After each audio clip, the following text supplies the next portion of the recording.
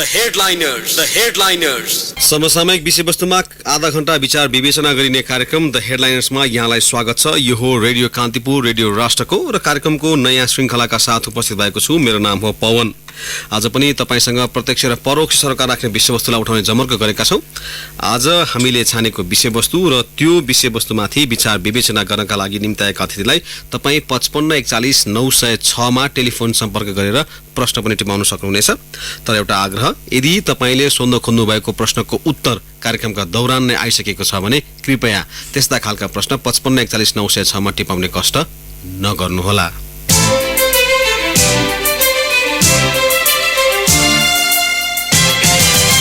त लागौँ आजको विषयवस्तुतर्फ। कोरोनाको कहर चाहिँ विश्वभर फैलिरहेको छ। हुन त यो बिस्तारै कम हुन्छ भन्ने आकलन गरिँदाखेरि नेपालमा भने यो कोरोना संक्रमितहरूको संख्या बढ्न नसकेको भनेर चाहिँ धेरै चाहिँ प्रचारहरू भएको थियो। त्यसमा चाहिँ टेस्ट हुन सकेन कि धेरै टेस्ट नभएको कारणले गर्दा यस्तो भएको हो कि भन्ने कुराहरू आइरहँदाखेरि सरकारलाई धेरै तर्फबाट त्यसमा चाहिँ सहयोग मिलेको थियो। तर पछिल्लो समय बिस्तारै सरकारका विरोधका स्वरहरू पनि सुनिन थालेका छन्। सरकारले जुन खालको नागरिकहरूलाई जुन खालको आश्वस्त पार्नु पर्ने थियो त्यो पार्न नसकेको र विशेष गरी सीमामा अड्केका नेपालीहरूको चाहिँ मा ध्यान पुर्याउन नसकेको र 250 यात्रुसहित अस्ट्रेलिया उड्ने नेपाल विमानले त्यहाँबाट एउटा पनि नेपाली नागरिकलाई चाहिँ नेपाल नल्याउने खालको जुन निर्णय भएको छ त्यसको चाहिँ चौतर्फी विरोध भएको छ र यो स्वास्थ्य सामग्रीहरूमा भ्रष्टाचार भएका कुरा पनि आएका छन्।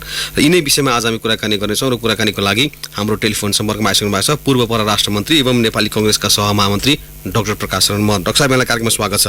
धन्यवाद पवनजी। हजुर, तपाईँहरूले पहिला चाहिँ सरकारले जुन निर्णय गर्यो त्यसमा चाहिँ समर्थनै गर्नुभएको थियो, अनि अहिले फेरि बिस्तारै अब अलिकति विरोधको स्वरहरू पनि आइरहेछ। यो किन यो अहिले विरोध गर्नुपर्ने बेला हो? यो होइन, हामीले अनावश्यक विरोध गरेका होइनौँ।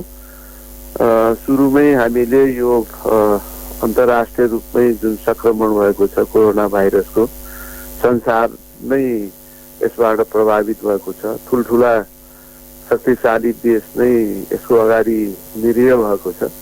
यो अवस्थामा यसलाई चाहिँ राजनैतिक विषय नबनाएर हामी सम्पूर्ण नेपाली पनि एक भएर हामी यसको विरुद्ध उभिनुपर्छ र मूलत हाम्रो सबभन्दा ठुलो डिफेन्स रक्षा प्रतिरक्षा भनेको यसलाई संक्रमण हुन नै नदिने नेपालमा।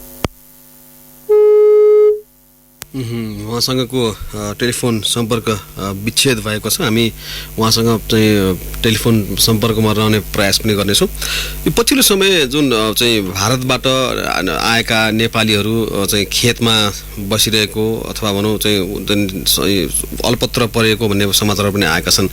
अब सरकारले आफ्नो नागरिकलाई देश फर्कन दिने नदिने भन्ने कुरामा पनि जुन खालको अहिले विरोधाभास देखिएको छ, त्यसले पनि एक हिसाबले यो संघीय सरकार र प्रदेश सरकार बीचको जुन समन्वयको अभाव छ त्यसले गर्दाखेरि पनि कतै नागरिकहरूप्रतिको जुन दायित्व सरकारले निर्वाह गर्नुपर्ने थियो त्यो चाहिँ अप्ठ्यारोमा परेको हो कि भन्ने छ। यतिखेर हाम्रो टेलिफोन सम्पर्कमा डाक्टर महत आइसक्नु भएको छ। हजुर, यहाँले भन्दै हुनुहुन्थ्यो नि? हजुर, त्यसकारण हामीले यसमा एकसाथ हुनुपर्छ भनेर साथ दिएका हौँ। तर सरकारका कमी कमजोरीहरूलाई चाहिँ औँल्याउने हाम्रो दायित्व कर्तव्य हो। विपक्षी दलको हैसियतले पनि र आम नागरिकको हैसियतले पनि नागरिक समाजबाट आम नागरिकहरूले पनि कमी कमजोरी भएका विषयलाई उठाइरहेका छन्। हामीले पनि उठाउनु जरुरी हुन्छ। जस्तो डाक्टर महत, एउटा कुरा चाहिँ अलिक बढी मुखरित भएको मुद्दा भनेको भारतबाट आएका नेपाली नागरिकहरू सीमामै रोकिनु र विदेशमा भएका नेपालीहरू तिमीहरू उतै बस यता नआऊ भनेर जुन सरकारले निर्णय गरेको छ। नागरिकप्रतिको सरकारको दायित्व चाहिँ देखिएन। अरू देशले चाहिँ यहाँ नेपालमा रहेका नागरिकलाई पनि आफ्नो देश बोलाउने, तर हामी चाहिँ आफ्ना देशका नागरिकहरूलाई चाहिँ नेपाल फर्कनबाट रोक्ने खालको निर्णय भयो भनेर भनेका छन्। तपाईँ अब पूर्व परराष्ट्र मन्त्री पनि भइसक्नु भएको छ। तपाईँको अनुभवका आधारमा भन्नुहोस्, हामीले त्यो गर्न सक्दैनौँ त्यस्तो व्यवस्था? एकदमै यो सरकारले जुन अहिले नीति दिएको छ यो चाहिँ कर्तव्यबाट पन्छिने, जिम्मेवारीबाट पन्छिने कुरा गरेको छ। कयौँ दिन हिँडेर एउटा श्रमिकको रूपमा ज्यादागारीमा अत्यन्त दुःख गरेर बसेका नेपालीहरू त्यहाँ लकडाउन भएपछि अरू उपाय नभएपछि सीमामा आइसकेका छन्। ती पनि सीमामा ठ्याक्कै बोर्डरमा आइसकेका नेपालीहरूलाई अब यहाँ भित्र पस्न दिन्न, भारतले नै त्यसको व्यवस्था गरोस्, बोर्डरको सीमाको उतापट्टि नै क्वारेन्टाइन गरेर राखोस् भन्नु चाहिँ उपयुक्त होइन। त्यस हुनाले मैले भनेको के हो भने यसमा चाहिँ सीमाबाटै बरु चाहिँ बसमा राखेर हाम्रो नेपालभित्र आवश्यक क्वारेन्टाइनको व्यवस्था गरेर ती नेपालीहरूलाई चाहिँ राख्नु पर्यो। उनीहरू आफ्नो देशमा नै क्वारेन्टाइनमा बस्न आवश्यक भए बस्न चाहन्छन्, त्यसको चाहिँ आवश्यक परीक्षण गरेर या सबैलाई जति आउँछन् सुरुको अवस्थामा क्वारेन्टाइनमा राख्न सकिन्छ, त्यसरी राख्नुपर्छ। त्यो नै हाम्रो चाहिँ दायित्व हो र त्यो नै सरकारको जिम्मेवारी हो। यो जिम्मेवारीबाट सरकार पन्चिनु भनेको यो चाहिँ यो लाजमर्दो कुरा पनि हो र गलत कुरा हो। तर हजुर अहिले जस्तो जुन खालको कुरा आछन्, अब अहिले चाहिँ हुन त अब जो सरकारमा भए पनि गर्न सक्ने कुरा चाहिँ यति नै हो। हाम्रो सिस्टम जुन खालको छ त्यसबाट चाहिँ हामीले धेरै कुरा उपलब्धिहरू हासिल गर्न सक्दैनौँ, किनभने जनताहरू पनि लकडाउनमा बस्न भन्दाखेरि पनि नमान्ने खालको अवस्था छ। त्यस कारणले कोही कसैको सरकारमा त यो के अरे पवनजी नेपालीहरूले अधिकांश पालन गरेका छन्। गाउँदेखि सहरसम्म उनीहरू चाहिँ लकडाउनमा बसेका छन्। सामान्य चाहिँ एक दुई ठाउँमा त्यस्तो घटना घट्यो होला, त्यसलाई चाहिँ पालन गरेका छन्। अहिले सरकारले गरेको भनेकै त्यो एउटा लकडाउन, जनताले आफूले स्वस्फूर्त रूपमा त्यसलाई मानिदिएको हुनाले त्यसैबाट एउटा चाहिँ बस्ने उपाय त्यो देखिएको छ। त्योभन्दा बाहेक तपाईँलाई भन्ने हो भने सरकार पारदर्शी हुन सकेका छैन। यसले चाहिँ हरेक दिन चाहिँ बुलेटिन जारी गरेर कहाँ के भयो भन्ने कुरालाई सुरुदेखि नै गम्भीरताका साथ जनतालाई चाहिँ सूचित गरेका छैन। अहिले चाहिँ स्वास्थ्य सेवा जनताले पाउनुपर्ने अन्य खाले स्वास्थ्य सेवा जो चाहिँ गम्भीर बिमारी भएका छन् तीलाई हस्पिटलमा चाहिँ के छ भने स्वास्थ्य सेवाको चाहिँ उपचार गर्ने व्यवस्था नै ठप्प प्राय छ। यहाँका निजी अस्पतालदेखि फेरि हाम्रो टेलिफोन सम्पर्क विच्छेद भएको छ। आज प्रविधिले त्यति साथ दिइरहेको छैन। हामी कोभिड-19 को जुन खालको चाहिँ अहिले महामारी विश्वव्यापी फैलिरहेको छ त्यसमा सरकारले चाहिँ नेपालमा चाहिँ चालेका कदमहरू त्यसका बारेमा अन्य पहिले सुरुमा एक हप्तासम्मको लकडाउन हुने बेलासम्म चाहिँ त्यसमा खासै विरोधका स्वरहरू थिएनन्। तर जब यो चाइनाबाट चाहिँ जुन खालको स्वास्थ्य किटहरू आयो, जुन कि यो परीक्षण गर्ने किटहरू, त्यसै गरी पिपिईमा चाहिँ खालि गाउन मात्रै भएको, हेलमेट पन्जाहरू नभएको भन्ने खालका समाचारहरू आइसकेका छन्। त्यसपछि स्वास्थ्य सेवा विभागले जस्तो जुन कम्पनीसँग सम्झौता गरेको थियो त्यो सम्झौता पनि रद्द गरिसकेको छ र गुणस्तर युक्त जुन सामग्री आउनुपर्ने त्योभन्दा कम खालका गुणस्तरको सामान आयो भने जुन भ्रष्टाचारको कुनै कुरा आइरहेको छ त्यसपछि भने बिस्तारै सरकारका विरोधमा पनि आवाजहरू उठ्न थालेका छन् र यिनै विषयका आज हामी कुराकानी गरिरहेका छौँ। र यो एक साता लकडाउन भइसकेपछि सरकारको चाहिँ हिम्मत केही बढेको थियो र यसमा चाहिँ नयाँ बिरामीको सङ्ख्या भने जम्मा तीनजना मात्रै बिरामी देखिएका थिए र अहिले धेरै चाहिँ परीक्षणहरू पनि भइसकेका छन्। डाक्टर साहब यहाँलाई फेरि स्वागत छ। आज प्रविधिले त्यति साथ दिइरहेको छैन हामीलाई। हजुर जस्तो अब यो अहिले एउटा कुरा के हो भने यो अहिले यत्रो महामारीले विश्व नै गाँजिरहेको बेलामा नेपालमा पनि त्यसको असर चाहिँ धेरै पर नदिनु अथवा कम न्यूनीकरण गर्नका लागि सरकारले कदम चालिरहँदाखेरि यो अहिले भ्रष्टाचारका कुरा निकाल्ने अथवा यो विरोधको चाहिँ स्वरहरू उराल्ने चाहिँ यो बेला होइन भनेर भन्छन् नि। अब के हो खास बेला चाहिँ के होइन भनेदेखि यो जुन चाहिँ सामग्रीहरू देशलाई आवश्यक छ त्यो ठिक छ, तर त्यसको मूल्य 3 गुणा ज्यादा अझ बढी ज्यादा भनेर आधिकारिक त्यहाँ बुझ्ने मान्छेहरू त्यहाँ के अरे मन्त्रालय सञ्चालन गरिसकेकै मान्छेहरूले भनिराखेका छन्। प्रतिस्पर्धा भएन, जुन चाहिँ एउटा आपतकालमा हुने न्यूनतम प्रक्रिया पुर्याउने छोटो अवधि। आज एकपछि अर्को गर्दै हाम्रो टेलिफोन डिस्कनेक्ट भएको छ। हामीलाई प्रविधिले त्यति साथ पनि दिइरहेको छैन। र यो स्वास्थ्य तथा जनसङ्ख्या मन्त्रालयले हिजै पत्रकार सम्मेलन गरेर पनि स्वास्थ्य सेवा विभागको जुन खालको चाहिँ कम्पनीसँग सम्झौता गरेको थियो त्यो चाहिँ तोडेको भनेर चाहिँ भनिसकेको छ। यसमा अब विशेष गरी चाहिँ अब ग्रामीण क्षेत्रका व्यक्तिहरूले अब यो चाहिँ यो क्वारेन्टाइनमा अब चाहिँ बस्ने भन्दा पनि जुन खालको अहिले होम लकडाउन भनौँ न अथवा लकडाउनको स्थिति छ त्यसमा पनि चाहिँ धेरै जस्तो सहर बजारमा भन्दा त्यहाँ चाहिँ आफ्ना कामहरू चाहिँ निर्वाध रूपले गर्न सक्ने अवस्था पनि छ। र चाहिँ यसले चाहिँ गाउँतिर लकडाउनको अलि अवस्थाले खोकुलो पारेको भन्ने पनि रहिरहँदाखेरि चाहिँ नि अब सङ्क्रमितहरू जुन नेपालमा भित्रिएका छन् ती सबै विदेशबाट आएका चाहिँ व्यक्तिहरूमा सङ्क्रमण देखा परेको कारणले गर्दाखेरि अब अहिले विदेशबाट आएका व्यक्तिहरूको पहिचान गर्ने, उनीहरूलाई ट्रेस गर्ने र त्यसपछि उनीहरूको स्वास्थ्य परीक्षण गराएर अनि त्यसपछि मात्रै यो दोस्रो चरणको त्यो पत्ता लागेन भने मात्रै महामारीको दोस्रो चरणमा हामी नेपाल पुग्न सक्छ भनेर भनिरहँदाखेरि अब अहिलेलाई भने चाहिँ सबैभन्दा धेरै मान्छे भनेको मान्छे पहिचान गर्नु नै छ। विदेशबाट आएका मानिसहरू कहाँ कहाँ छन् भनेर चाहिँ प्रहरी परिचालन गरेर पनि सरकारले निर्णय गरेको छ। डाक्टर साहब फेरि स्वागत छ यहाँलाई। अब हजुर छोटकरीमा केही कुराहरू चाहिँ यो कमजोरी भएको कुराहरू चाहिँ म चाहिँ राख्न चाहन्छु। पहिलो कुरा त यो चाहिँ यो खरिद प्रकरणमा जुन त्यत्रो ठुलो फरक किन देखियो यसको चाहिँ उत्तर दिनुपर्छ। मन्त्री परिषदमै यो कुरा चाहिँ प्रधानमन्त्रीले नै उठाउनु भयो भनेर चाहिँ आएको छ। अहिले चाहिँ यसको चाहिँ सम्पूर्ण जिम्मेवारी उप प्रधानमन्त्रीको नेतृत्वमा यो सञ्चालन भइरहेको छ। प्रधानमन्त्री आफै बिमारी पाए अवस्थामा हुनुहुन्छ।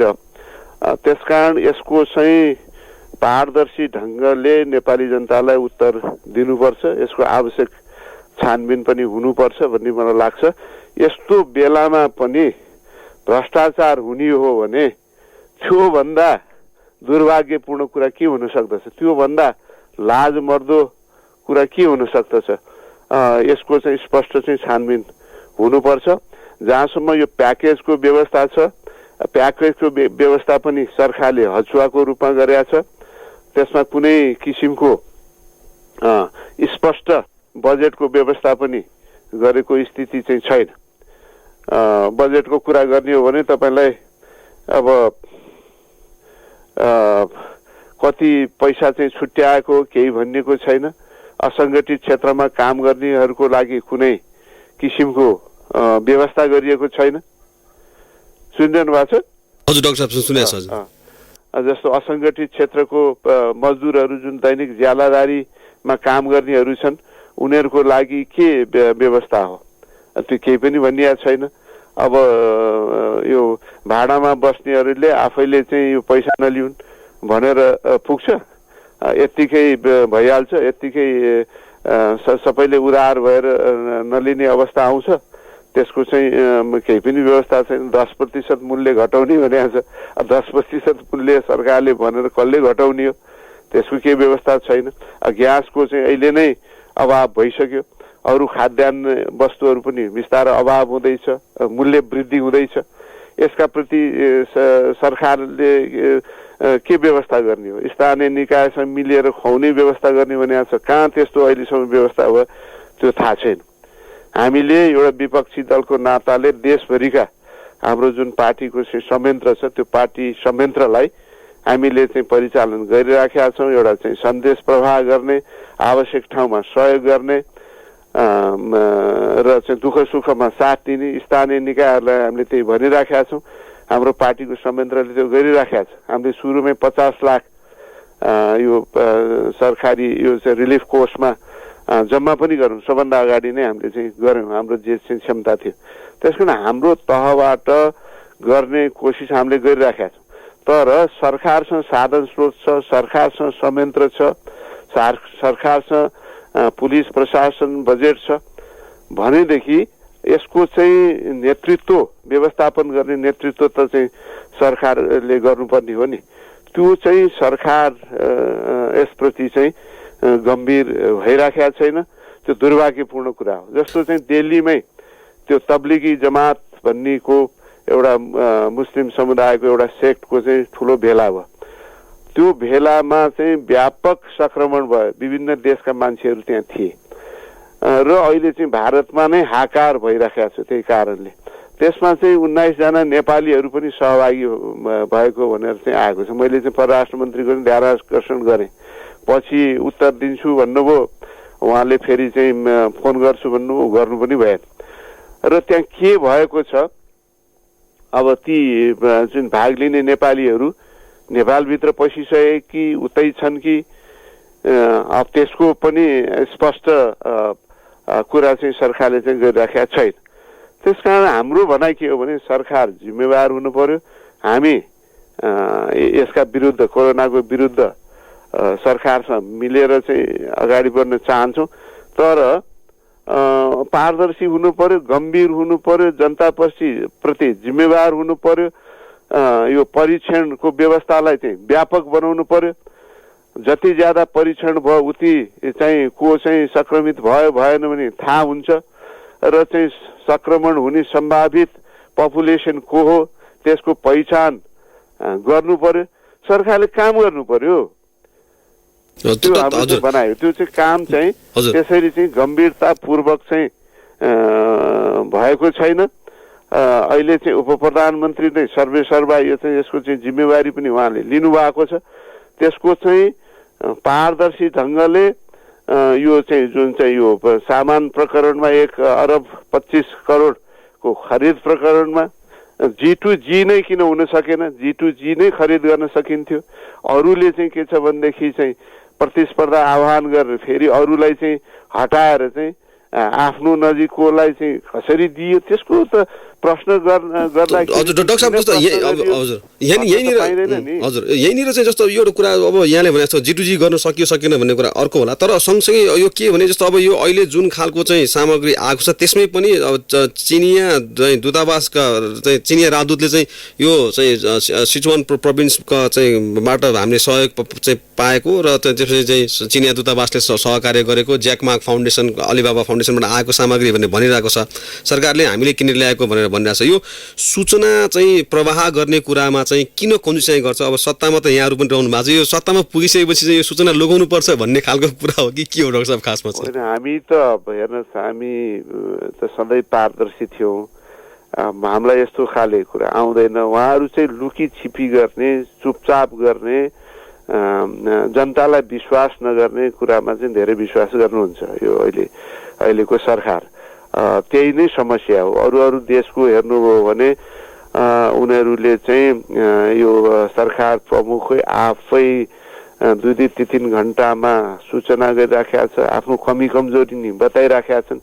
यति गर्न सक्यौँ, यति गर्न सकेनौँ, यसरी गर्दैछौँ भनिराखेका छन् भनेदेखि अब यो सरकारलाई चाहिँ के लाग्दछ भने जनताले केही बोल्नु पनि हुन्न, भन्नु पनि हुन्न, प्रश्न गर्न पनि हुन्न, र हामी जे गरिरहेछौँ सबै ठिक गरिराखेका छौँ, हामीले जे भन्छौँ त्यसैलाई चाहिँ मान्नुपर्छ, अरूको केही पनि बुद्धि पनि छैन, ज्ञान पनि छैन, अरूको कुरा सुन्नु पनि हुँदैन, हामी मात्रै जान्दछौँ, हामी मात्रै गर्छौँ भन्ने मान्यता त त्याग गर्नु पर्यो नि। हामी साथ दिन्छौँ, हामी साथ दिन चाहन्छौँ। यो किनभनेदेखि यो चाहिँ सामूहिक सबैलाई आइपरेको चाहिँ यो चाहिँ अप्ठ्यारो, हामी के चाहन्छौँ भनेदेखि यहाँ चाहिँ कसैलाई संक्रमित नै नहोस्। हामी सीमामै आएका नेपाली छन् त्यही नै छुट्याउँ, त्यही अनि क्वारेन्टाइनमा ल्याउँ। अब पहिला नै यो प्लेनलाई समयमा हामीले रोकेको भएदेखि यहाँ त्यहाँबाट आउने सम्भावित संक्रमितलाई पनि हामी रोक्न सक्थ्यौँ। अहिले त के छ भने कसलाई भएको छ छैन त्यसबारेमै अन्यल छ। त्यो चाहिँ बढीभन्दा बढी परीक्षण भए पो अब यो चाहिँ परीक्षण स्थल चाहिँ विस्तार गर्नु पर्यो, स्याम्पल चाहिँ कलेक्सन गर्ने चाहिँ स्थलहरू चाहिँ विस्तार गर्नु पर्यो। जो चाहिँ अन्यलमा छन् त्यही चाहिँ संक्रमण भएको हो कि लक्षणहरू त्यस्तै छन् भन्ने लागेकाहरूले चाहिँ तत्काल चाहिँ परीक्षण गर्न पाउने चाहिँ सुविधा चाहिँ सरकारले दिनु पर्यो। त्यो न गर्नु पर्यो। अब स्वास्थ्य सेवा नै ठप भएको छ, यो सरकारले के हेरिराखेको छ? त्यहाँ अरू बिरामी भएर चाहिँ मर्ने अवस्था चाहिँ झन् बढेको अवस्था छ। स्वास्थ्य सेवा चाहिँ सुचारू चाहिँ किन भइराखेको छैन? अब यो चाहिँ के छ भने प्रोटेक्टिभ इक्विपमेन्टहरू चाहिँ किन्या भनेको छ, त्यो नै अब सरकारले अब ल्याएछ भनेदेखि त त्यो नबाँडेर चाहिँ अब हामी चाहिँ इक्विपमेन्ट छैन, सुरक्षित हुने अवस्था छैन भनेर चाहिँ स्वास्थ्य कर्मीहरू चाहिँ यो चाहिँ अस्पतालहरूमा चाहिँ उपस्थित नभएको अवस्था हो कि त्यहाँ चाहिँ सबै अधिकांश सर्भिसहरू चाहिँ इन्डोर पहिल्यै भएका पेसेन्ट बाहेकलाई अरूलाई चाहिँ सुविधा नै बन्द प्राय छ भनेपछि सरकारले यसबारे के गर्दैछ र सँगसँगै अहिले चाहिँ बन्दको कारणले चाहिँ लकडाउनको कारणले जुन तल्लो वर्ग छ जसको चाहिँ आम्दानी छैन उनीहरू चाहिँ समस्यामा परिसकेका छन् तिनीहरूलाई चाहिँ के गर्दैछ ल स्थानीयले गर योले गर चाहिँ के छ भनेदेखि अब दुकानदारहरूले चाहिँ पैसा घटाइदियो भाडा दिने घरबेटीहरूले चाहिँ पैसा नलिग अनिखेर चाहिँ काम लगाउनेहरूले चाहिँ तलब देऊ भनेर मात्रै पुग्छ कि त्यसको लागि सरकारले पनि केही बजेट छुट्याएको छ उद्योग व्यवसायलाई भोलि चाहिँ फेरि चाहिँ माथि उचाल्नको लागि के चाहिँ मौद्रिक र चाहिँ वित्तीय नीति चाहिँ के छ सरकारको त्यस बारेमा चाहिँ स्पष्ट चाहिँ खाका त्यस विषयमा पनि सरकारले चाहिँ दिन सकेका छैन। हजुर यहाँ आउनुहुन्छ रेडियो कान्तिपुर रेडियो राष्ट्रकोमा कार्यक्रम हो द हेडलाइनर्स। द हेडलाइनर्समा आज हामी कुराकानी गरिरहेका छौँ पूर्व परराष्ट्र मन्त्री एवं नेपाली कङ्ग्रेसका सहमहामन्त्री डाक्टर प्रकाश शरण महतसँग र यतिखेर ब्रेक लिनुपर्ने बेला भएको छ। म टेलिफोन सम्पर्कमा रहनुभएका डाक्टर महतलाई टेलिफोन सम्पर्कमा रहेर अनुरोध गर्छु। म ब्रेकपछि श्रोताका जिज्ञासा लिएर आउनेछु।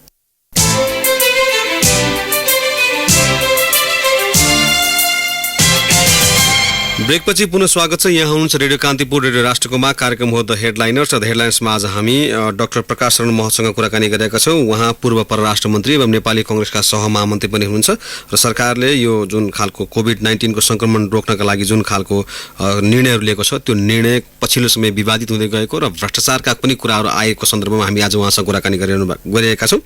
डाक्टर साहब, यहाँलाई पुनः स्वागत छ कार्यक्रममा। धन्यवाद। गोठाटारबाट मुकुन्द प्रसाद अधिकारी सोध्नुहुन्छ, सङ्कटका बेलामा सरकारमा रहेका जहिले पनि भ्रष्टाचार गर्ने चाहिँ गर्छन्। भूकम्पका बेलामा त्यस्तै सुनिया थियो, अहिले पनि यस्तै सुनिया छ। यो सरकार फेरिने तर नियति चाहिँ किन नफेरिने होला भनेर सोध्नुहुन्छ। अहिले यो भूकम्पको बेलामा कसैले पनि यस्तो भ्रष्टाचार भएको पनि थिएन, भ्रष्टाचार गरेको कसैले चाहिँ त्यसरी उठाएको पनि थिएन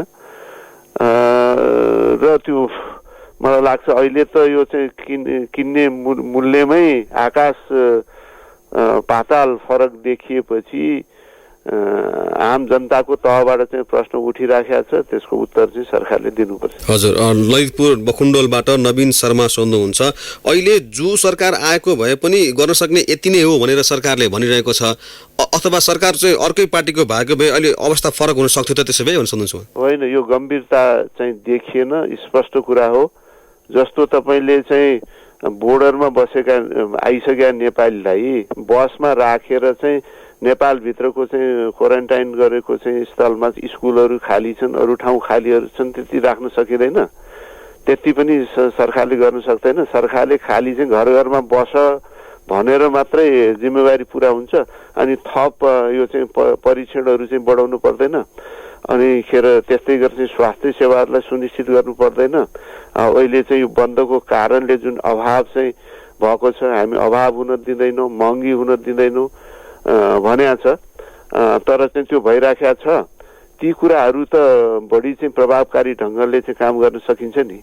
हजुर, धनकुटाबाट खेमचन्द्र वस्ती सोध्नुहुन्छ, चुनावमा टी सर्ट बाँड्ने अनि त्यसै गरी भोज भत्तेर गर्ने नेता र पार्टीले अहिले किन मौन बसेका होला भनेर सोध्नुहुन्छ। होइन, हाम्रो पार्टीको साथीहरू यद्यपि लकडाउनमा छन्, यहाँ चाहिँ पास समेत पाउने चाहिँ अवस्था छैन, त्यसमा समेत चाहिँ भेदभाव भएको अवस्था छ। तर हाम्रो जति पनि पार्टीको संयन्त्र छ जिल्ला गाउँ तहसम्म आफ्नो तहबाट हुने सहयोग चाहिँ हामीले चाहिँ गरिराखेका छौँ। हाम्रै केन्द्रीय सदस्य मोहन बहादुर बस्नेतजीले सिन्धुपाल्चोकमा चाहिँ स्वास्थ्य सम्बन्धी उपकरणहरू वितरण गर्न खोज्दा बरु सरकारले रोक्यो। सरकार नै चाहँदैन कि अरू जो चाहिँ स्वयंसेवक रूपमा चाहिँ सामाजिक दूरी मेन्टेन गरेर चाहिँ संक्रमण नहुने गरेर जुन चाहिँ के छ भने एकअर्काको सहयोगी बन्न चाहन्छन्, त्यो चाहिँ सहयोग गर्नेहरूलाई बरु चाहिँ बाधा चाहिँ गरिएको अवस्था छ। त्यसो हुनाले चाहिँ हामीले आफ्नो ठाउँबाट चाहिँ जिम्मेवारी पुरा गर्ने पुरा कोसिस गरेका छौँ। गोदावरी ललितपुरबाट ज्ञानेन्द्र ढुङ्गेल सोध्नुहुन्छ, यतिखेर सरकारले खासमा गर्नुपर्ने चाहिँ के थियो त त्यसो भए सोध्नु। त्यही त अहिले चाहिँ गर्नुपर्ने चाहिँ म चाहिँ अघि पनि भने नम्बर 1 जो अहिले लकडाउनको कारणले जो चाहिँ जुन दैनिक ज्यालादारीमा बस्ने अप्ठ्यारो परेको वर्ग छ उनीहरूलाई तत्काल उनीहरूलाई चाहिँ राहत दिने भनेको छ। तर त्यसो एकदमै कुनै चाहिँ त्यसो न बजेट घोषणा गरिएको छ न यति दिने भनेको छ, केही पनि छैन। खास गरेर श्रमिक वर्गलाई झन् छँदै छैन। त्यो चाहिँ स्पष्ट गर्नु पर्यो। खान नपाएर कोही पनि मर्नु भएन, त्यसको व्यवस्था चाहिँ गर्नु पर्यो। त्यस्तै गरेर चाहिँ यो चाहिँ बढीभन्दा बढी चाहिँ यो चाहिँ कोरोना भाइरस संक्रमितहरूको चाहिँ परीक्षण हुनु पर्यो र चाहिँ सम्भावितहरूको चाहिँ को पहिचान गरेर चाहिँ छुट्याउनु पर्यो। बोर्डरमा चाहिँ बिचल्लीमा परेका नेपालीहरूलाई नेपालभित्र चाहिँ सुरक्षित रूपमा ल्याएर चाहिँ क्वारेन्टाइन स्थलमा चाहिँ राख्नु पर्यो। त्यस्तै गरेर चाहिँ यो चाहिँ ग्यास लगायतको चाहिँ अभाव हुन दिनु भएन। कहाँ चाहिँ यो चाहिँ खाद्यान्नदेखि आवश्यक वस्तुहरू चाहिँ किन्ने चाहिँ सुविधा चाहिँ सुनिश्चित गर्नु पर्यो। अभाव हुन दिनु भएन। महँगी यो चाहिँ कृत्रिम अभाव चाहिँ रोक्नु पर्यो। त्यस्तै गरेर चाहिँ यो चाहिँ के छ भनेदेखि सम्पूर्ण काम चाहिँ पारदर्शी ढङ्गबाट हुनु पर्यो। यस्तो चाहिँ के छ भने इमर्जेन्सीको चाहिँ आपतकालको बेलामा पनि फाइदा उठाउने प्रवृत्ति सरकारमा बसेकाहरूबाट चाहिँ हुनु भएन। त्यो खाले चाहिँ आशंका र प्रत्यक्ष जुन चाहिँ यत्रो चाहिँ कैयौँ गुणामा चाहिँ किन चाहिँ किनिया छन् प्रश्न उठिया छ, त्यसको चाहिँ जिम्मेवारी चाहिँ सरकारले लिनुपर्छ। हस् डाक्टर साहब, आजको लागि हाम्रो कार्यक्रम निर्धारित समय लगभग समाप्त भएको छ। समय उपलब्ध गरेको यहाँ धेरै धन्यवाद। धन्यवाद। हजुर, उहाँ हुनुहुन्थ्यो नेपाली कांग्रेसका सहमहामन्त्री डाक्टर प्रकाश शरण महत, पूर्व परराष्ट्र मन्त्री पनि हुनुहुन्छ।